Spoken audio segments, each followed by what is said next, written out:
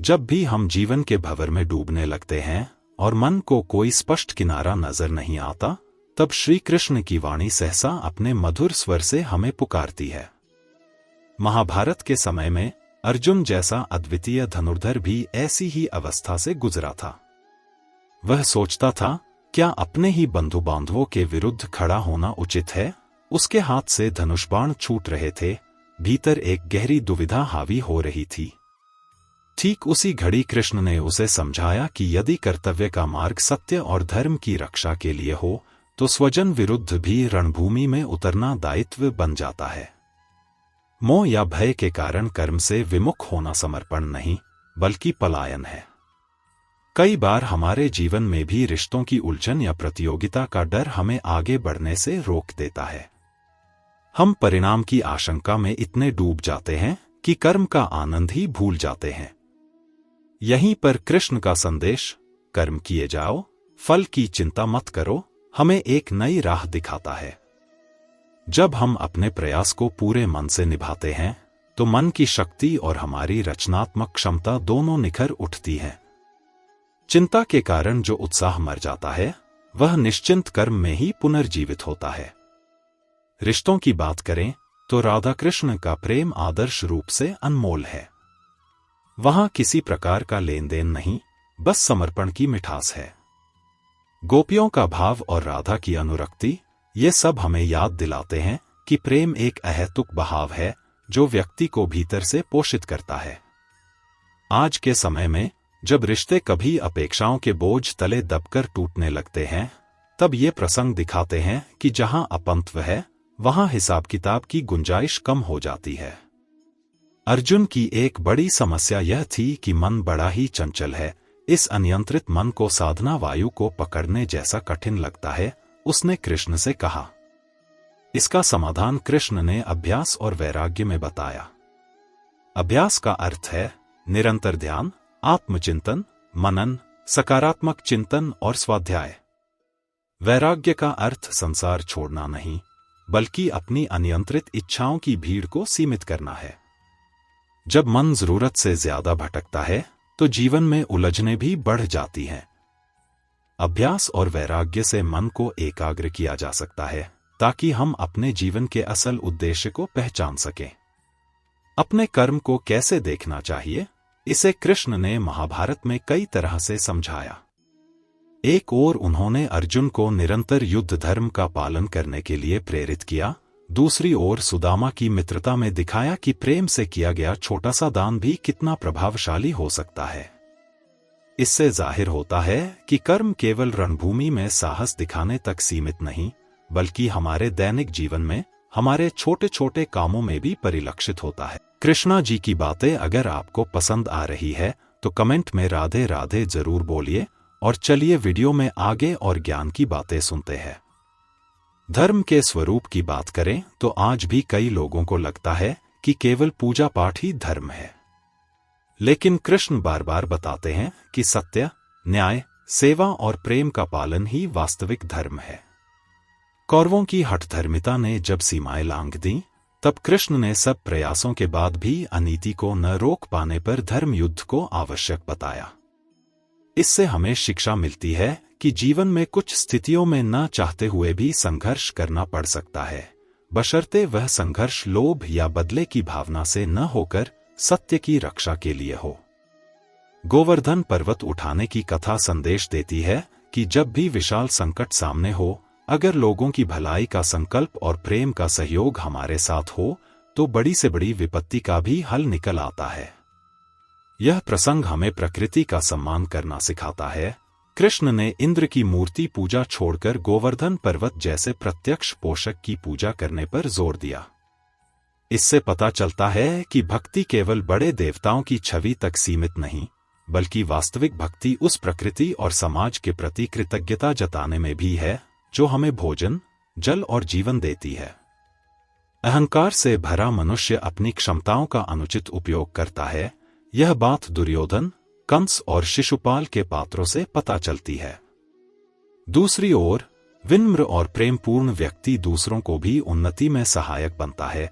यह सुदामा या पांडवों की कथाओं से सामने आता है।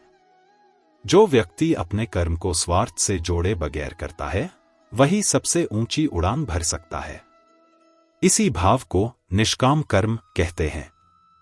जब मन में फल की आसक्ति नहीं होती, तो मेहनत का आनंद दुगुना हो जाता है।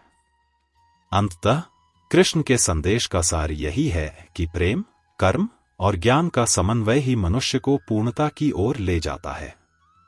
सिर्फ प्रेम होगा पर कर्म न होगा तो भावना व्यर्थ रह सकती है। सिर्फ कर्म होगा पर ज्ञान और समर्पण का अभाव होगा तो अहंकार बढ़ सकता है। और केवल ज्ञान होगा किंतु प्रेम व कर्म का अभाव होगा तो जीवन में रूखापन आ सकता है। इसलिए इन तीनों को साथ लेकर चलने वाला व्यक्ति ही जीवन को संतुलित ढंग से जी पाता है। आधुनिक समय में जब लोगों के भीतर अंधी दौड़ और तनाव हावी हो रहा है, कृष्ण प्रेरणा एक ऐसा उजाला फैला सकती है जो मन और बुद्धि को स्थिर रखते हुए भी ऊर्जावान बनाए रखती है। यहाँ आत्म साक्षात्कार और सेवा भाव को साथ जीना सिखाया जाता है। यह कोई असंभव आदर्श नहीं। अनेक साधक और गृहस्थ इस मार्ग को अपनाकर संसार में रहकर भी अंतर्मन की शांति पा रहे हैं। जरूरत है तो बस इस वाणी को मन में धारण करने की, जहां प्रेम लेन देन नहीं, अहंकार से परे कर्म असली पूजा है और ज्ञान अपने आप जागृत होता है। यही कृष्ण वाणी का सार है। मानव जीवन को कर्म और प्रेम के माध्यम से उन्नत करना, मन की उथल पुथल को साधना और धर्म यानी सत्य न्याय की स्थापना के लिए तैयार रहना। जो भी इन सूत्रों को पकड़कर चलेगा, वह न केवल बाहरी सफलता बल्कि भीतरी संतुलन और आनंद भी प्राप्त कर सकता है। अर्जुन ने अंत में कहा था, मैं आपके शरण में हूं, और उसे अपनी मनोवेदना का समाधान मिला, धर्म और विजय दोनों का मार्ग मिला। आज भी हम सबके भीतर वह अर्जुन छिपा है। बस जरूरत है कृष्ण को पुकारने की, उनके उपदेश और प्रेम को अपने भीतर जगह देने की। यही वह मधुर राग है जिसकी बांसुरी बजने से मन भीगी राधा की तरह प्रेम से भर उठता है, गोपियों की तरह आनंदित होकर नृत्य करता है और युद्ध भूमि में अर्जुन की तरह हर संशय से मुक्त हो जाता है। यही है श्री कृष्ण की वाणी का चिरंतन प्रकाश।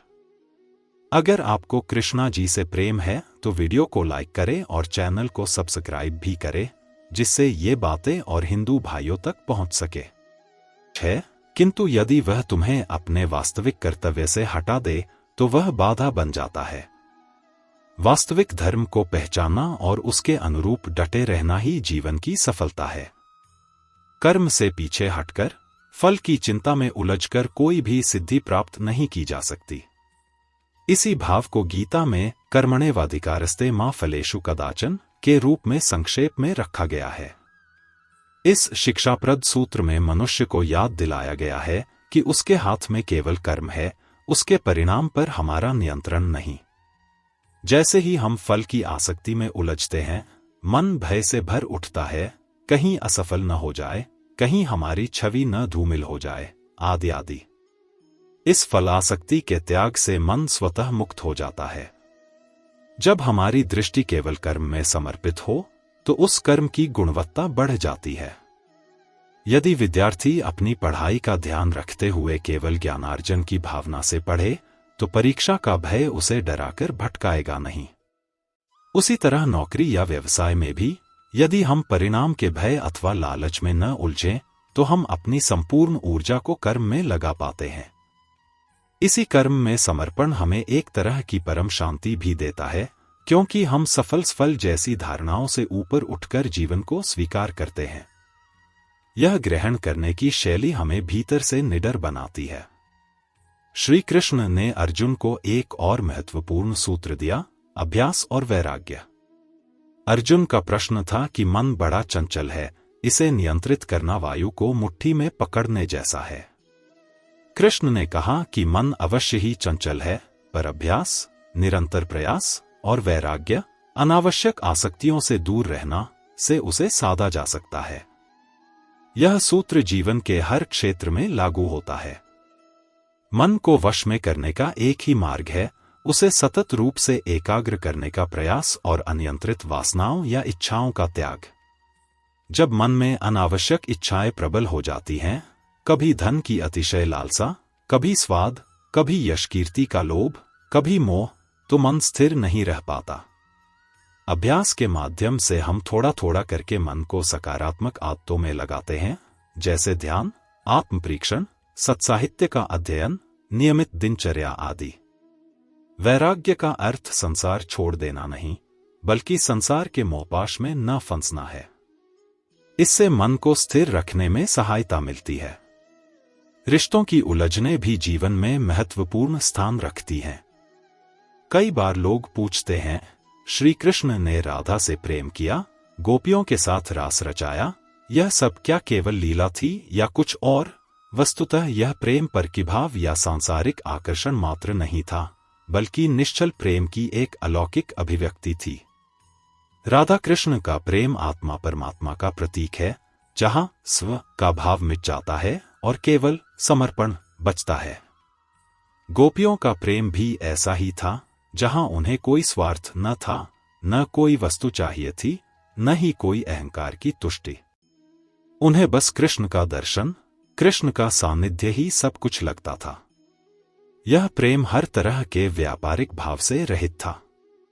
आधुनिक समय में जब रिश्ते प्रायः सुविधाओं और अपेक्षाओं के आधार पर बनते हैं, यह प्रेम दर्शन हमें बताता है कि वास्तविक सुख निरपेक्ष भाव से प्रेम करने में ही है, न कि मैं क्या पाऊंगा इस गणना में। श्री कृष्ण का बाल रूप भी कम महत्वपूर्ण नहीं है। माखन चोर, नटखट कान्हा, गोप बालों के साथ गोचारण करने वाला नन्हा ग्वाला, इन कथाओं का मनोवैज्ञानिक संदेश यह है कि बचपन की सरलता, सहजता और उल्लास को अपने हृदय में बनाए रखना भी साधना का एक रूप है। जीवन का संगीत केवल भौतिक उपलब्धियों या गंभीर दायित्वों तक सीमित न रहे, वहां मधुर हास-परिहास, नटखट खेल और बाल सुलभ चपलता भी बनी रहे, ताकि मन में रचनात्मकता और प्रसन्नता का प्रवाह कभी सूखे नहीं। आज की भागम-भाग में हम इतने गंभीर हो गए हैं कि सहज हंसी मजाक को भी समय की बर्बादी मानते हैं, जबकि श्री कृष्ण यह दर्शाते हैं कि जीवन में कठोर कर्म और निश्चल आनंद एक साथ हो सकते हैं। महाभारत के युद्ध की ओर लौटें तो हमें दृष्टिगोचर होता है कि श्री कृष्ण ने कभी स्वयं शस्त्र नहीं उठाया, पर अर्जुन को रथ के पहिए की कमान देकर युद्ध में उसका मार्गदर्शन किया। यह कुशल नेतृत्व का एक विशिष्ट उदाहरण है। नेता वही जो सामने से नहीं, बल्कि सारथी बनकर भी नया पार लगा दे। आज के प्रबंधन सिद्धांतों में भी ऐसा माना जाता है कि एक श्रेष्ठ मार्गदर्शक वही है जो स्वयं को प्रमुखता से नहीं, बल्कि दूसरों की क्षमता को उभारने से नेतृत्व करता है। श्री कृष्ण ने कहा भी था कि वे अर्जुन को केवल उपदेश नहीं दे रहे, बल्कि उसके भीतर मौजूद साहस और दिव्यता को जगाने का प्रयास कर रहे हैं। इस तरह उन्होंने अर्जुन को सिर्फ युद्ध लड़ने की प्रेरणा ही नहीं दी, बल्कि जीवन को एक नई दिशा दी, जिसमें आध्यात्मिकता और कर्तव्य का अद्भुत समन्वय था। अधर्म के विरुद्ध धर्म का यथार्थ बोध भी कृष्ण ने महाभारत में स्थापित किया। जब कौरवों ने अनीति की पराकाष्ठा कर दी, द्रौपदी का चीरहरण, राज्य का हड़पना और पांडवों को हर तरह से प्रताड़ित करना, तब कृष्ण ने बहुत प्रयास किया कि समरसता बनी रहे, शांति बनी रहे। परंतु जब अन्याय हद से गुजर गया, तो धर्म की रक्षा के लिए युद्ध ही एकमात्र उपाय रह गया। यह बताता है कि अहिंसा या शांति का अर्थ कायरता नहीं, धर्म का मार्ग कभी कभी कठोर भी बन जाता है, अगर उसका उद्देश्य न्याय और सत्य स्थापित करना हो। यह सिद्धांत आज भी लागू होता है। कभी कभी जीवन में ऐसी स्थितियां आती हैं जब ना चाहते हुए भी संघर्ष करना पड़ता है। यदि वह संघर्ष लोभ या द्वेष से नहीं, सत्य की रक्षा के लिए हो, तो वह भी धर्म का ही अंग है। श्री कृष्ण की वाणी में प्रेम, कर्म और ज्ञान का अद्भुत समन्वय दिखता है। केवल प्रेम को ही पकड़कर चलने से व्यक्ति अति भावुकता में डूब सकता है, और केवल ज्ञान से चलने पर भावना शून्य कठोरता आ सकती है। कर्म में लिप्त रहते हुए अगर प्रेम और ज्ञान दोनों न हों, तो कर्म संभवतः स्वार्थ और अहंकार का साधन बन सकता है। इसलिए गीता में उन्होंने तीनों मार्गों, कर्मयोग, ज्ञान योग और भक्ति योग का समन्वय बताया। अर्जुन से कहा कि कर्म करो, पर फल की लालसा मत रखो। ज्ञान से अपनी बुद्धि को प्रकाश दो ताकि भेदभाव के अंधकार से बाहर निकलो, और भक्ति से अपने हृदय को निर्मल करो ताकि अहंकार न रहे। ये तीनों जब एक साथ चलते हैं तब मनुष्य की चेतना उच्च स्तर पर पहुंचती है। रिश्तों की चर्चा करते समय सुदामा और कृष्ण की मित्रता को भी भुलाया नहीं जा सकता। सुदामा निर्धन थे, पर कृष्ण के प्रति उनका प्रेम अत्यंत निष्कलंक था। द्वारका जैसे भव्य राज्य में जाकर भी सुदामा को कोई संकोच नहीं था, क्योंकि उसकी नजर में कृष्ण तो उसके बाल सखा थे, उसके लिए अत्यंत प्रिय।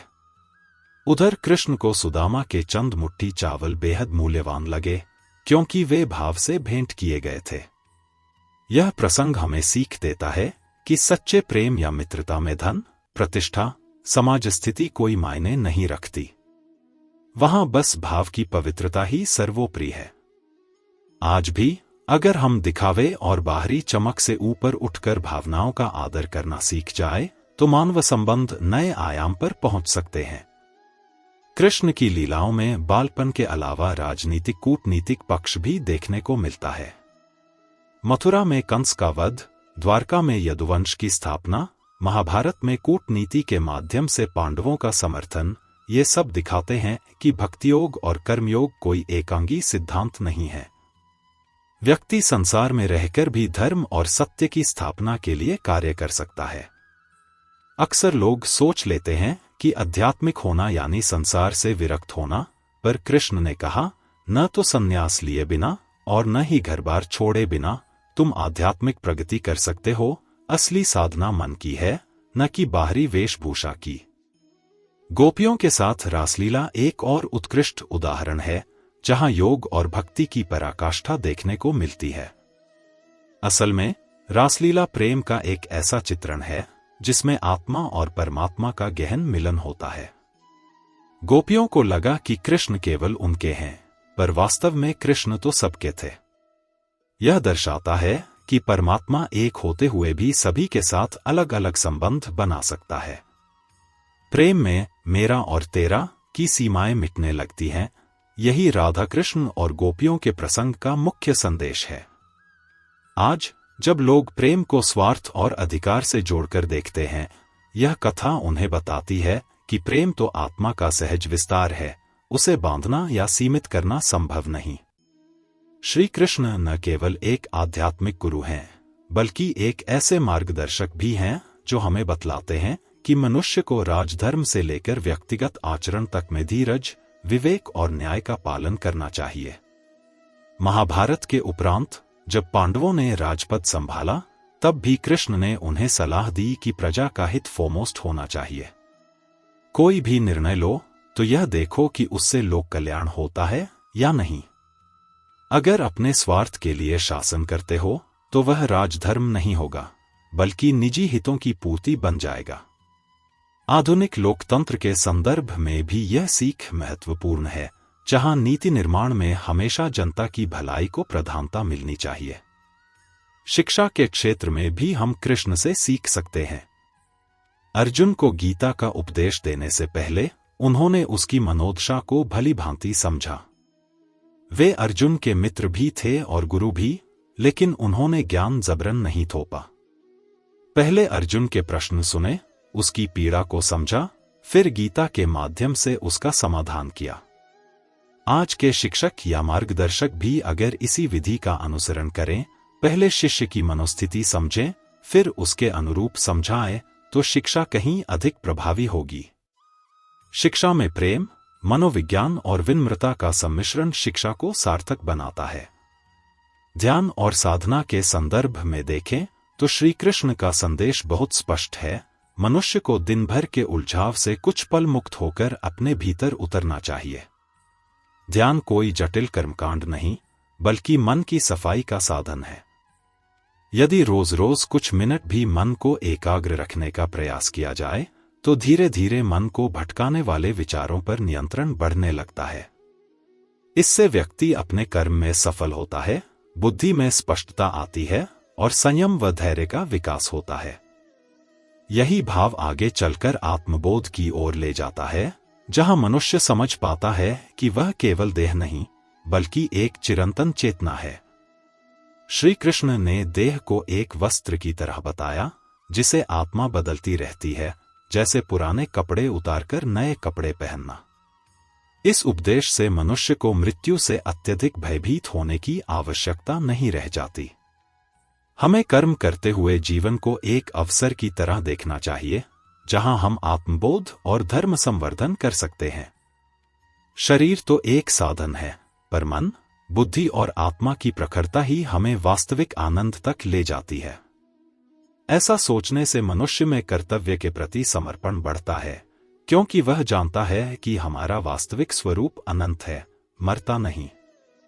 भौतिक सुखों की चकाचौंध भी कृष्ण से कुछ छिपी नहीं थी। द्वारका का राज्य वैभवशाली था, पर उन्होंने उसके बीच भी भगवत स्वरूप के रूप में योग, सेवा और धर्म का मार्ग चुना। वे बताते हैं कि विलासिता भोगना बुरी बात नहीं, पर उस विलास में डूबकर अपने धर्म को भुला देना बुरा है। मनुष्य को संसार में रहकर भी संसार का दास नहीं बनना चाहिए, बल्कि अपनी चेतना को जागृत रखते हुए कर्म व अध्यात्म का समुचित संतुलन बनाए रखना चाहिए। कृष्णा जी की कही वाणी अगर आपको पसंद आ रही है तो कृष्णा जी के लिए चैनल को सब्सक्राइब जरूर करें, जिससे कृष्णा जी की बातें आप आगे भी सुन सको। से प्रकृति के महत्व को रेखांकित किया। इंद्र से तात्पर्य मनुष्य के उस अहंकार से भी है जो सोचता है कि वही परम है। गोवर्धन पर्वत को उठाकर कृष्ण ने दिखाया कि प्रकृति और लोक सहयोग से ही जीवन की रक्षा होती है, न कि एक मनमाने आचरण करने वाले राजा या देवता से। आज जब पर्यावरण विद्रुपता गंभीर चुनौती बन चुकी है, यह कथा एक बार फिर हमें प्रकृति के प्रति कृतज्ञता और सम्मान का पाठ पढ़ाती है। कई लोग सोचते हैं कि कृष्ण का चरित्र विरोधाभासी है, एक ओर प्रेम, एक ओर युद्ध, एक ओर बाल लीला, एक ओर गूढ़ उपदेश। पर यही तो उनके पूर्णावतार होने का प्रमाण है कि जीवन के हर पक्ष में एक ही चेतना को प्रकट किया जा सके। प्रेम का चरम भी वही, न्याय का पक्ष भी वही, युद्ध में नीति भी वही और बालपन का उल्लास भी वही। इससे हमें सीख मिलती है कि मनुष्य को केवल एक ही तरफ सीमित नहीं रहना चाहिए, उसे जरूरत के हिसाब से कोमलता भी दिखानी चाहिए, कठोरता भी, मधुरता भी और गंभीरता भी। यही संतुलन हमें पूर्णता की ओर ले जाता है। आज के परिप्रेक्ष्य में, जब मनुष्य दिन रात प्रतियोगिता और तनाव से जूझ रहा है, कृष्णवाणी पहले से भी अधिक महत्वपूर्ण हो जाती है। हम आधुनिक साधनों से अपने जीवन को सरल बनाने का प्रयास कर रहे हैं, पर मन की अशांति बढ़ रही है। इस अशांति का मूल कारण है मोह, लालच, तुलना और अहंकार का बढ़ना। यदि मनुष्य थोड़ा सा समय भगवद गीता के शिक्षाओं पर सोचने में लगाए, प्रेम को स्वार्थ से ऊपर रखे, कर्म को पूजा माने और मन को साधने का प्रयास करे, तो निश्चित ही जीवन को संतुलित कर सकता है। उसे सुख दुख के झूलों में इतना उलझना नहीं पड़ेगा, क्योंकि वह समझ जाएगा कि दोनों ही क्षणिक हैं। कभी कभी लोग सोचते हैं कि मैं तो साधारण गृहस्थ हूं, मेरे लिए तो ये उपदेश बड़े लोगों के लिए हैं। पर श्री कृष्ण ने स्पष्ट कहा, इन उपदेशों का उद्देश्य केवल एक बड़े राजा या योद्धा को शिक्षित करना नहीं, बल्कि हर उस मनुष्य के लिए है जो जीवन की गूढ़ समस्याओं को हल करने की इच्छा रखता है। कर्मयोग गृहस्थों के लिए अत्यंत उपयुक्त है, जो परिवार और समाज दोनों की भलाई के लिए काम करते हैं। भक्तियोग उन सब के लिए है जो निष्कपट भाव से हर कर्म को परमात्मा को अर्पण करना सीखना चाहते हैं। ज्ञानयोग उन सत्य प्रेमियों के लिए है जो अपनी बुद्धि को ब्रह्मा के सत्य से जोड़ना चाहते हैं। और अगर कोई चाहे तो इन तीनों का समन्वय भी कर सकता है, जैसा गीता में सुझाया गया है। आखिर में हमें यह स्मरण रखना चाहिए कि श्री कृष्ण कोई दिव्य कल्पना भर नहीं, बल्कि हर युग में मानव चेतना को दिशा देने वाली एक अनंत धारा हैं। वे एक ऐतिहासिक पात्र भी हैं, एक दार्शनिक भी, एक परम प्रेमपूर्ण मित्र भी और एक कठोर नीतिज्ञ भी।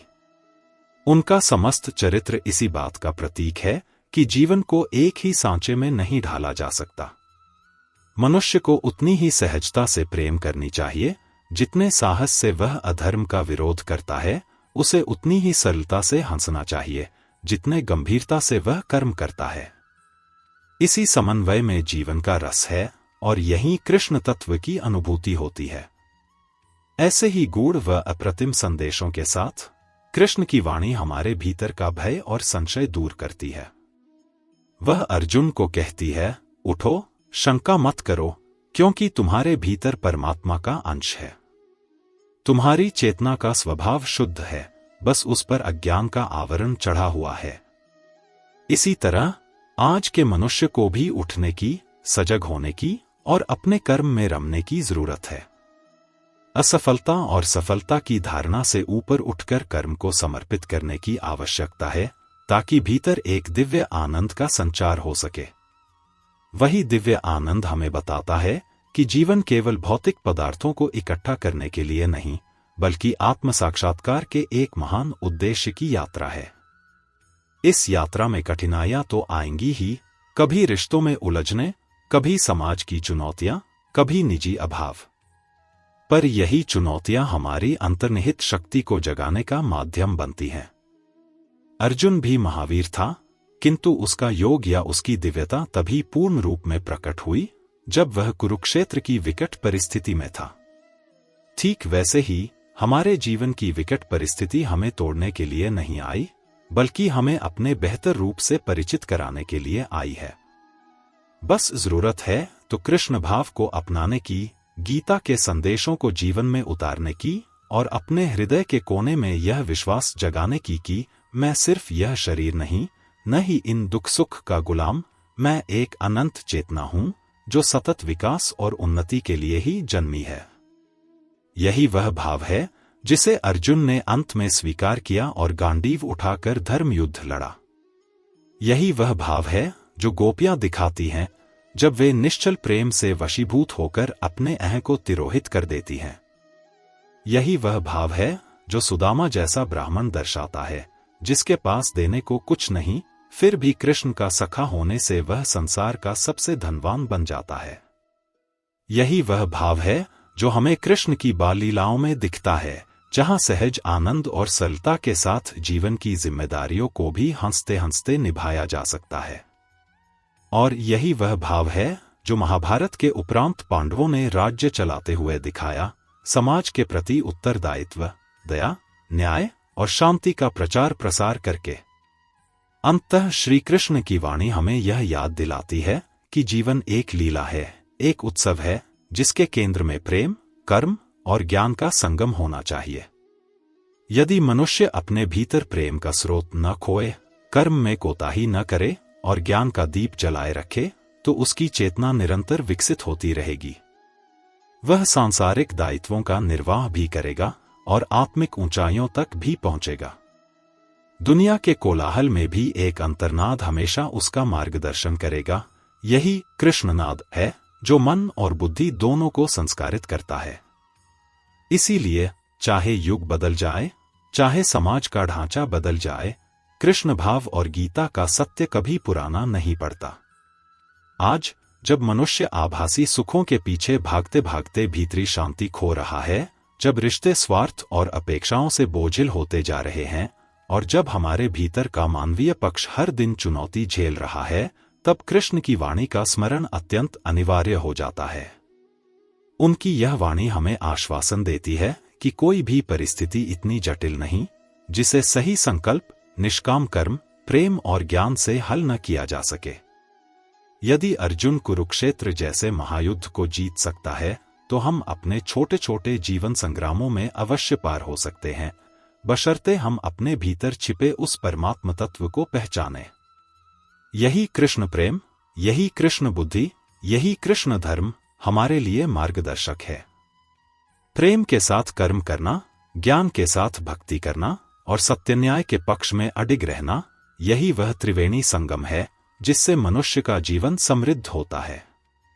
यही वह अनंत स्रोत है जो मनुष्य को ऊंचाइयों तक ले जाता है, जहां से जीवन का समस्त नजारा एक नई दृष्टि से दिखता है। वहां भेदभाव की सीमाएं मिटने लगती हैं, क्योंकि हम सब में वही ब्रह्मा का अंश है। तब मन में करुणा, सहानुभूति और दूसरों के विकास में भी रुचि अपने आप जागने लगती है। यही तो वसुधैव कुटुंबकम का भाव है जो कृष्ण की शिक्षा के मर्म में निहित है। अंत में यह सब कहते सुनते हमें बस एक ही बात माननी है कि जीवन में कितनी भी बड़ी चुनौती क्यों न आ जाए, कभी हिम्मत मत हारो। भीतर बसे कृष्ण तत्व को जागृत करो, गीता के संदेश को जीवन में उतारो और याद रखो कि हर व्यक्ति के भीतर परमात्मा का अंश है। कभी वह अंश गोपियों का स्नेह बनकर प्रकट होता है, कभी यदुवंश की रक्षा करने वाला योगेश्वर बनकर, कभी अर्जुन का सारथी बनकर, कभी भगवद गीता का ज्ञानदाता बनकर, तो कभी सुदामा का मित्र बनकर। वह हर रूप में मौजूद है, बस जरूरत उसे पहचानने की है। जब पहचान लोगे तो मोह, भय, दुख और संशय स्वतः कम होते जाएंगे और जीवन में नया प्रकाश भर जाएगा। यही कृष्णवाणी का सार है जो महाभारत के उस समय से लेकर आज तक निरंतर हमारी आत्मा को पुकार रहा है। वीडियो शीर्षक: कृष्णवाणी, कर्म की महिमा और प्रेम का संदेश। जब भी हमारे हौसले ठंडे पड़ने लगें, कदम डगमगाने लगें और मन किसी दृश्यमान सहारे को तरस जाए, उस क्षण भगवान श्री कृष्ण की वाणी हमारे भीतर गूंज उठती है। महाभारत के युद्ध से पहले अर्जुन को भी गहरा संदेह हुआ था, क्या अपने ही संबंधियों के सामने शस्त्र उठाना उचित होगा? यही वह समय था जब कृष्ण ने गीता का ज्ञान देकर उसकी उलझन दूर की और उसे कर्तव्यपथ पर डटे रहने का साहस दिया। कृष्ण का सबसे मूल संदेश कर्म को लेकर है। वे बार बार अर्जुन से कहते हैं, कर्म करो पर फल की आसक्ति मत रखो। अक्सर हम अपने प्रयासों के बीच ही यह सोचकर घबरा जाते हैं कि कहीं परिणाम अच्छा न निकला तो हमारा क्या होगा।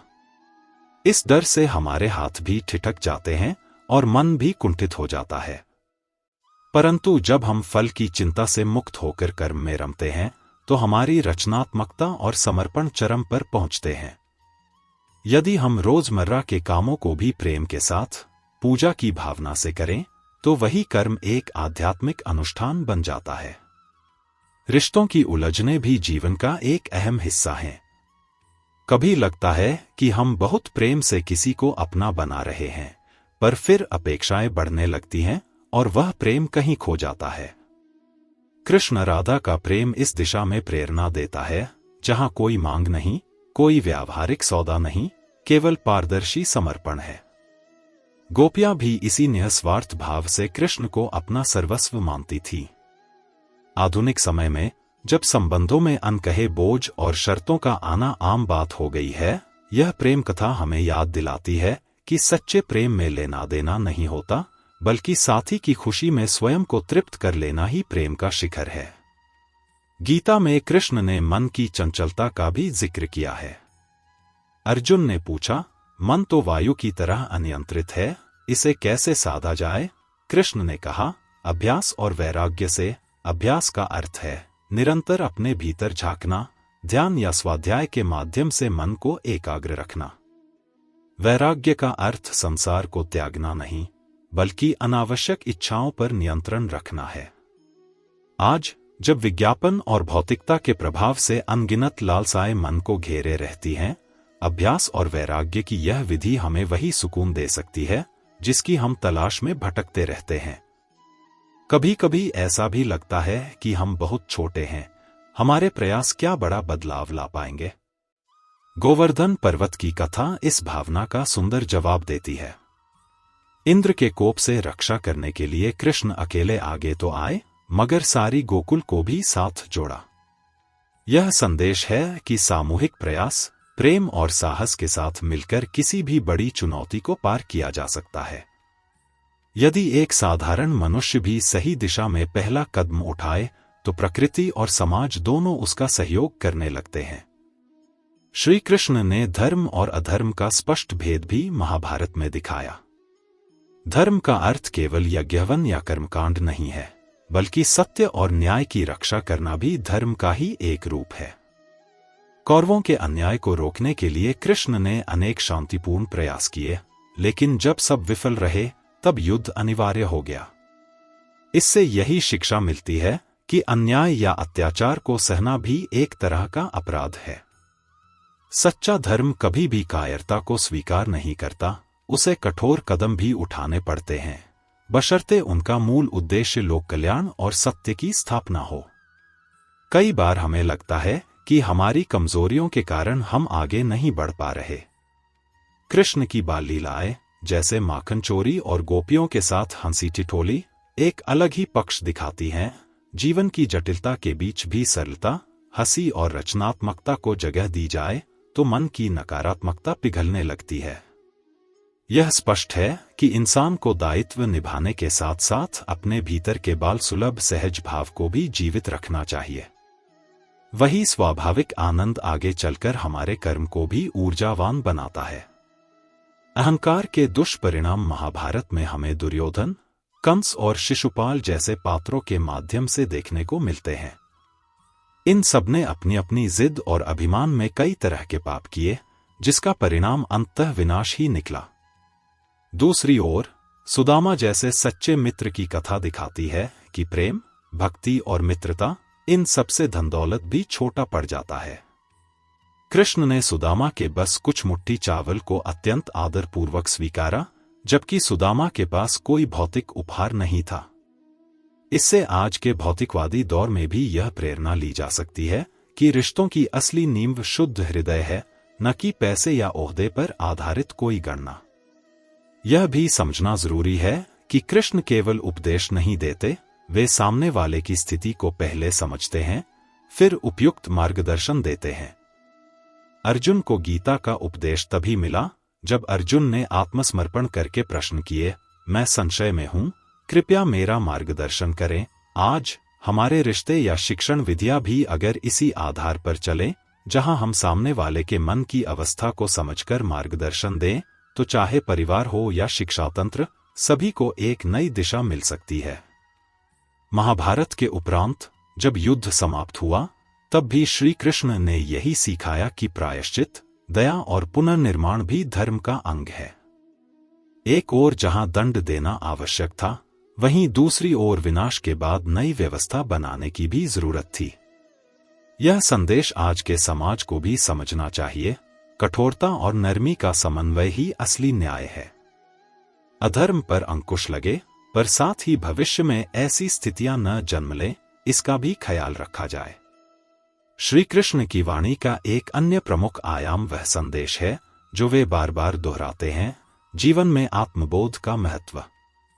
शरीर, मन और बुद्धि, ये सब परिवर्तनशील हैं, जबकि आत्मा चिरंतन और अजरमर है। इसी सत्य को जान लेना मनुष्य के लिए सबसे बड़ी विजय है, क्योंकि यह जानकर हमारे भीतर का मृत्यु भय भी काफी हद तक कम हो जाता है।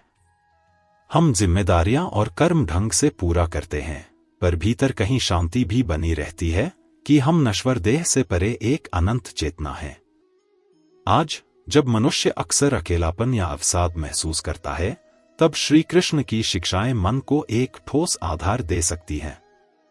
कर्म और भक्ति में मन लगाना, सेवा भाव अपनाना, सत्संग या ध्यान का सहारा लेना, ये सब मन के निरंतर चलने वाले विचार चक्र को नियंत्रित करने में सहायक होते हैं। इसी क्रम में सात्विक आहार, स्वच्छ विचार और अच्छाई का आचरण भी अनिवार्य है। कृष्ण ने प्रकृति के 3 गुणों सत्व, रजस, तमस का उल्लेख कर बताया है कि मनुष्य कौन से गुण को पोषित करता है। यह उसके चरित्र और भोगों को निर्धारित करता है। गोपियों के उदाहरण से यह भी सीख मिलती है कि भक्ति किसी बड़ी चढ़ावे या अनुष्ठान की मोहताज नहीं, निरंतर स्मरण और प्रेम भाव ही सबसे सरल भक्ति है। यदि हम हर कार्य ईश्वर को अर्पित समझकर करें, भोजन बनाना, कार्यालय का काम, बच्चों की देखभाल, तो वही कर्म भक्ति का रूप ले लेता है। मन भी यह मान लेता है कि मैं जो कुछ भी कर रहा हूं, वह उसी परमात्मा के लिए है, तब कर्म में जल्द ही निखार आने लगता है। श्री कृष्ण के जीवन में न केवल आध्यात्मिकता, बल्कि व्यावहारिक बुद्धिमत्ता भी कूट कूट कर भरी थी। चाहे मथुरा में कंस का अत्याचार हो, द्वारका में यदुवंश का संचालन या महाभारत की राजनीतिक रणनीतियां, वे हर जगह संतुलन साधते दिखते हैं। इससे हमें यह संदेश मिलता है कि भक्ति अथवा आध्यात्मिकता का अर्थ समस्याओं से मुंह मोड़ना नहीं है, बल्कि उन्हें समझदारी और साहस से हल करना है। चाहे प्रशासन हो, व्यापार हो या राजनीति, यदि उसके केंद्र में लोकहित और सत्य हो तो वह कृष्ण मार्ग पर ही है। अंततः श्री कृष्ण की वाणी हमें केवल युद्ध या महाकाव्य में ही नहीं, हमारे घर परिवार, दफ्तर, समाज और हमारे अपने भीतर भी प्रेरणा देती रहती है। प्रतिदिन सुबह उठकर अगर हम 2 मिनट भी गीता के किसी श्लोक पर या कृष्ण की किसी लीला पर चिंतन करें तो हमारे भीतर कहीं न कहीं सकारात्मक ऊर्जा और शांत विवेक की बुनियाद मजबूत होती है। हम छोटी छोटी बातों पर क्रोध या निराशा से बचते हैं और अपने कर्म में थोड़ी सी और तन्मयता जोड़ते हैं। अंत में यही कहा जा सकता है कि कृष्ण की वाणी में कर्म, प्रेम और ज्ञान का एक ऐसा संतुलन दिखाई देता है जिसे अपनाने से मनुष्य का जीवन समुचित रूप से रूपांतरित हो सकता है। अर्जुन को अगर वह युद्ध में खड़ा कर सकती है, राधा और गोपियों को परम रस से भर सकती है, सुदामा को वैभव और आदर दिला सकती है, तो हमारे छोटे बड़े जीवन संघर्षों में भी वह मनोबल और दिशा अवश्य दे सकती है। जरूरत है तो बस श्रद्धा के साथ उसे जीवन में उतरने की, अहंकार और आलस्य को दूर रखकर सतत कर्म में लगे रहने की। यही वो पावन पथ है जहां से मानव मात्र अपनी आध्यात्मिक एवं सांसारिक दोनों यात्राओं में उत्कर्ष को पा सकता है। इसीलिए जो भी भक्त या साधक मन में संशय रखता है, उसे गीता के कुछ हिस्सों का निरंतर स्वाध्याय करना चाहिए। धीरे धीरे मन में उठ रहे बहुत से सवालों का उत्तर स्वतः ही मिलने लगता है। प्रेम को आंतरिक विस्तार का एक साधन बनाना चाहिए, न कि स्वार्थ पूर्ति का। कर्म को ईश्वरार्पित करके करना चाहिए, न कि भौतिक महत्वाकांक्षाओं के लिए। मन की अशांति को अभ्यास और वैराग्य से शांत करना चाहिए, न कि पलायन या अनियंत्रित भोग से। और सबसे बढ़कर हर व्यक्ति के भीतर बसे परमात्मा के अंश को पहचानना चाहिए, जिससे हम एक दूसरे से जुड़े हुए हैं। इस भाव से क्रोध, ईर्ष्या और द्वेष स्वतः कम होने लगते हैं। यही है कृष्ण की वाणी, सरल, स्पष्ट, पर गहन रूप से हमारे जीवन के हर हिस्से को छूने वाली। यदि मनुष्य हर दिन बस थोड़ी सी भी कोशिश करे तो यह वाणी उसकी दिनचर्या का अभिन्न अंग बन जाएगी। कोई एक मंत्र पकड़ लो, कोई एक प्रार्थना पकड़ लो, कोई एक छोटी सी कथा पकड़ लो, यदि उसे दिल से जपो या सोचो तो उसके पीछे छिपे मर्म को समझने लगोगे। कृष्ण बाहरी मूर्ति में नहीं बल्कि हृदय में विराजते हैं, वहीं उनकी खोज सबसे पहले करनी है। जब हृदय कृष्णमय हो जाएगा तो बाकी सब अपने आप घटित होने लगेगा। कर्म भी सहज हो जाएगा, प्रेम भी निर्मल और ज्ञान भी आलोकित। यही तो है असल कृष्ण प्राप्ति, जहां मनुष्य अपने ही भीतर उस परम स्रोत से जुड़ जाता है जिसे संसार का कोई भी तूफान विचलित नहीं कर सकता। जब मन जीवन की आपाधापी से थक जाता है और रोजमर्रा के संघर्ष हमें निराशा की ओर धकेलने लगते हैं, तब श्री कृष्ण की वाणी एक शीतल बयार की तरह हमारे हृदय में प्रवेश करती है। महाभारत के समय अर्जुन जैसा महावीर भी गुरुजनों और परिजनों के विरुद्ध धनुष उठाने के विचार से व्यथित होकर बैठ गया था। उसके हाथ से गांडीव छूट रहा था और वह सोच रहा था, क्या मैं ऐसे कर्तव्य को निभा पाऊंगा? उस पल कृष्ण ने उसे कर्म, धर्म और प्रेम का ज्ञान देकर मानसिक जड़ता से उबारा। कई बार हमारे साथ भी कुछ ऐसा ही होता है। किसी भारी चुनौती या रिश्तों की उलझन से हम अपने भीतर की शक्ति पर भरोसा खो बैठते हैं। तब कृष्ण का संदेश हमें याद आता है, कर्म किए जाओ, फल की चिंता मत करो। यह केवल एक वाक्य नहीं बल्कि मनुष्य के कर्मपथ में सबसे बड़ा प्रेरक सिद्धांत है। जब हम आसक्ति और भय से ऊपर उठकर कर्म में रमते हैं तो हमारे कर्म में लगन और ईमानदारी दोनों स्वतः उतर आते हैं। फल की चिंता ही भय का जन्म देती है, असफलता का भय, समाज के तिरस्कार का भय, आदि आदि। जबकि फल की आसक्ति को त्याग देने से प्रयास खुलकर सामने आता है और कर्म ही पूजा का स्वरूप ले लेता है। रिश्तों का द्वंद्व भी मनुष्य को भीतर तक हिलाता है। अर्जुन के लिए तो यह द्वंद्व चरम पर था। उसे उन लोगों से लड़ना था जिनके प्रति उसका गहरा लगाव था। आधुनिक जीवन में यह द्वंद्व भले ही रणक्षेत्र जैसा न दिखे, पर रिश्तों में अपेक्षाओं, परिस्थितियों और स्वार्थों का टकराव कभी कभी मन को कुरुक्षेत्र सा बना देता है।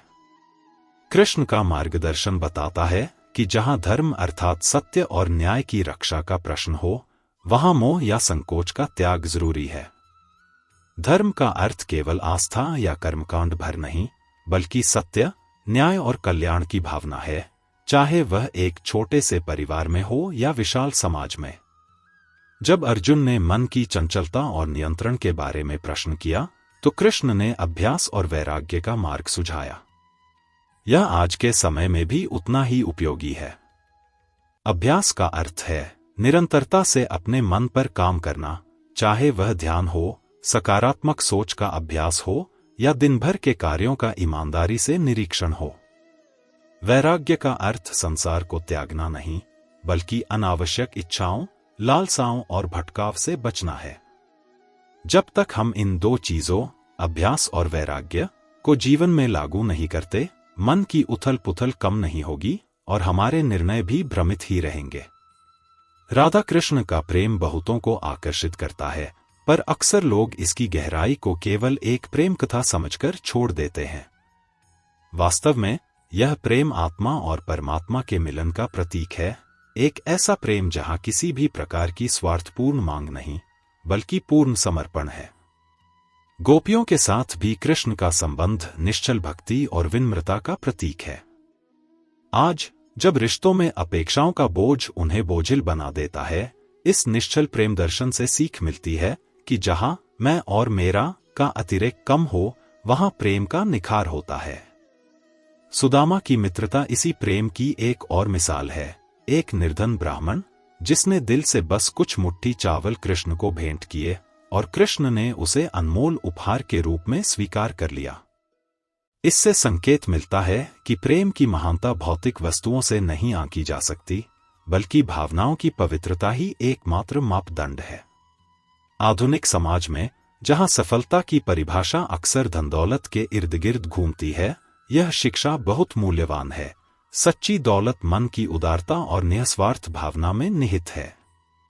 अधर्म और अन्याय के प्रति कृष्ण का रुख भी महाभारत में स्पष्ट दिखता है। कौरवों की हठधर्मिता और अनीति से परेशान होकर उन्होंने कई बार शांति के प्रयास किए, पर जब सब विफल हुआ, तब धर्म युद्ध को अनिवार्य माना। इससे हम सीख सकते हैं कि संघर्ष से भागना सच्ची शांति नहीं देता, कभी कभी अन्याय को रोकने के लिए खड़े होना ही धर्म होता है। ऐसा कदम बदले की भावना से नहीं, बल्कि समाज और सत्य की रक्षा के लिए उठाना ही कर्मयोग का रूप है। कभी कभी मनुष्य सोचता है, मैं अकेले क्या बदल पाऊंगा। गोवर्धन पर्वत की कथा इसी भावना को नया जोश देती है। कृष्ण ने अकेले दिखते हुए भी गोकुल के सभी लोगों को साथ लिया, और इसी एकजुटता की शक्ति ने इंद्र के प्रकोप से सबकी रक्षा की। जब किसी कार्य का उद्देश्य लोकहित होता है, तो प्रकृति और सहयोगी हाथ दोनों तुरंत सक्रिय हो जाते हैं। यह संदेश आज के समय में भी उपयोगी है, जहां एकता और सहयोग कई जटिल समस्याओं का हल निकाल सकते हैं, पर जरूरी है पहला कदम उठाने का साहस।